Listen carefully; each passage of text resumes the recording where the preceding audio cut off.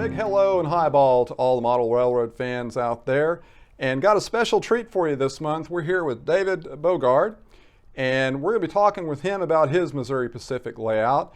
And David, I appreciate you letting me come over and share the layout with the YouTube viewers and everything. It's my pleasure, Joe. Glad to have you over here. Well, glad to be here. Glad to be here.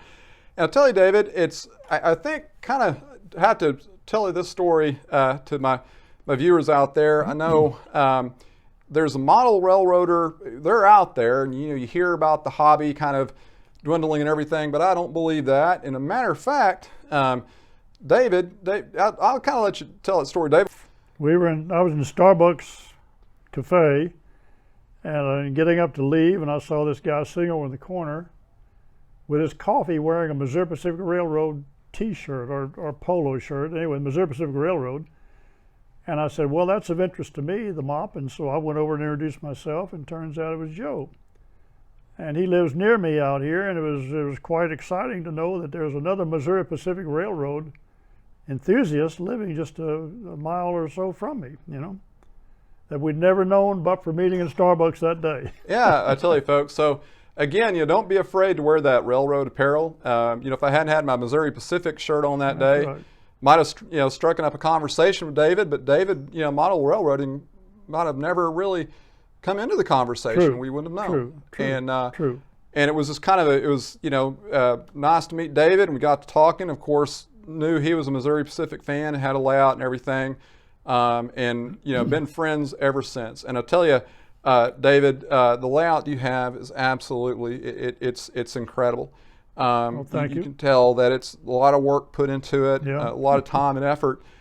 And I know, David, you've been doing model railroading for a few years here. So kind of tell us, how you got into it and how long you've been doing it. And I got into model railroading, Joe, the same way most do, with a Lionel train. When I was 7 years old, I'm 84 now, so that was 77 years ago. My dad bought me one, and then when I was about 9 or 10, he bought me a already made HO layout. It was 8 feet L shape, 8 feet each way, already made. The scenery was linoleum paste on screen wire, and it had a Mantua brass Mogul 260 and a Varney dockside, the infamous Varney dockside, which back when it was new cost $18. Great little locomotive. Anyway, he bought that for me, and I ran that for a couple of years, but got tired because it wasn't my railroad. so what got you interested in Missouri Pacific? Why Missouri Pacific? Well, my dad worked on it to start with. He before he went to law school in the 20s. He worked for the Rock Island as well as the Missouri Pacific. And, I regret I never questioned Dad. He would talk about things that he did on the railroad. He talked about running some run from, and he knew all the railroad nomenclature, the words and all that kind of thing. And he'd throw them out. He told him about going on some run down on Rock Island. He was in the baggage car, and they had a cow in the baggage car delivered, and the cow jumped out the door. Oh my gosh! So we made the mistake leaving the door open, and the cow just jumped out while they were highballing down the track. But anyway, kind of tell us about sort of like the operations of your layout. Kind of give us an overview of how the switching takes place and the car movements and things like that. I've got a hybrid card order system and wheel report system. The card order that most people use has you have the card, and then you have the waybill with 4 sides on it, and you rotate the waybill 4 times, and it sends the car different places. And the wheel report system, you don't care what the car is. It says you need 2 boxcars. You just pick a boxcar, and you send it somewhere where you want boxcars to go.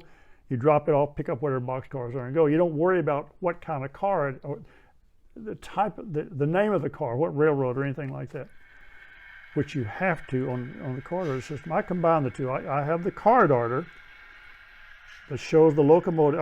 Shows the car. I have a picture of the car there. But my waybills are very simple because everything on my railroad runs through McRae, Arkansas. It's like a switching district. And you either heading east or west through McRae. I've got, say, a 5-track staging yard. I can run, right now, it's set up to run 6 trains out of there, 2 locals, 2 passengers, 2 way freights. And then I've got the Argenta, St. Joe, and Northern. That railroad I used to have, I can't give up those engines, those brass. Too nice. Steam. Nice engines. So they're still lettered for AS, J, and N. So one track is strictly for them. And the AS, J, and N runs one local through a day. Well, I know, David, like the couple of times that I've operated it, and very easy. It's not overwhelming at all for two people to operate. But in actuality, though, you said the perfect number would be 3. Kind of explain that. What would be the system of having 3? You need an engineer and a conductor. As you and I did when we were operating. But I would like to get someone else to be a conductor. Say you were operating, and you, the engineer or the conductor, or either way. And I would like to run the yard because the operating system is set up to where I can run the trains out of the yard, out of the staging yard, through McRae and on out. And I think it adds more interest when you're in there switching McRae to have to yield to a way freight coming through or a passenger train or whatever. And if I was the yard master, for instance, for the staging yard, I could control all that, getting those trains in and out and making up the next train to go through that's going to be going through McRae, east or west. I think that had a little more interest because it would give more activity on the railroad. The design is kind of around the room and it's a shelf layout. Shelf layout. Kind of tell us what ideas or kind of what your thoughts were when going forward and building it. Kind of where you went with that plan. So I said this time, this was 2 or 3 years ago. I said this time I'm going to build it simple. This will probably be my last railroad, and I'm going to do a round the wall shelf layout. And I'm going to model McRae for the reasons I told you, my history with McRae, and the Missouri Pacific Railroad, and that's what brought it on. What fascinates me about the hobby, Joe, is that there's so much to it. I remember seeing a clinic taught by this old gentleman one time. I just remember because he took his cigarette tobacco and put it in water and made stains for his cars. But his railroad was nothing but one straight track, about 30 feet, with a lot of scenery around. And that was his railroad, because he loved scenery around a railroad. And the point being that whatever you want to do, there's something in railroad. If you're an electronic wizard, fine, boy, you can go to town and have more fun than you ever thought possible. If you like scenery, build your scenery empire. If you just want to run trains, you want to watch trains go in a circle, go at it. You can do that. If you like painting locomotives and working on the cars, do it. There's no end to the aspects of this hobby, and that's what's attracted me. Unfortunately, I'm not good at most of that. Well, most of us aren't, I'm pretty good at some of it and not so good at some, but I still enjoy it. So it's whatever makes you happy in model railroading, and if some guy's happy with a 4x8 sheet and running trains around with it, more power to him. Yeah. Well, Dave, another thing I like about the layout is the structures and rolling stock. I know that the structures you had mentioned, some of those actually come from previous layouts. And a lot of them do. Yeah. So tell us, what are some of your favorites on, you think? Well, I've got an old abandoned depot. I mentioned that railroad my dad bought me. It was 8x8 when I was 9 or 10. I made a depot for it, but I wasn't good enough. So my dad got a friend of his who was an O gauge. Had a huge attic full of O gauge. I saw that one time. I said, "My God, they're this big," for a little boy. But he got him to finish it for me. One in there came from my last railroad in there, 2. And the water tower came from my last railroad in there. I built that water tower myself out of styrene. So the coal tower, coal and loading tower. And there's the big produce company I built many years ago, Campbell. I built that back in the 70s, 80s. Anyway, it's a scattering over different railroads, but most of them, I guess, are built for this railroad. Not most, but half of them maybe. What do you think probably, 1 or 2 things that have, in your time, has come along in model railroading that you think has really changed the industry for the good? DCC and sound. Sound. Without a doubt, those 2 things, DCC and sound. That revolutionized model railroading. It's hard, having used that, to think about going back to anything else. I'm using DCC and Keith's Easy DCC. That's from CVP Products, and I love it. I love the system, and I love his controllers, and they're all Anyway, that's doing the biggest improvement. The DCC and then sound. Well, David, I tell you, it has been a pleasure. Well, my pleasure, Joe. And certainly, we're all glad you've taken the time out and talk with us a little bit and everything. I enjoyed it. And certainly, again, just fantastic looking layout. And again, folks, we're here with David Bogard, and he models the Missouri Pacific Railroad in the 1950s Arkansas era. And again, if you have any questions or comments, go ahead and just put those in the comments section there, and that's whether my show or about David's layout, and I'll forward those on to David. But stay tuned, we've got the mailbag coming up right after this.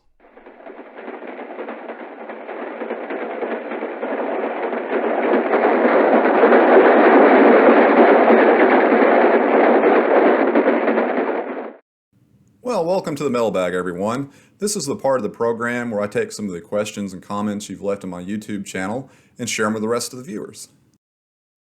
Okay, so our first comment is from Wes, and he writes, "This is already on the way to being a great switching layout.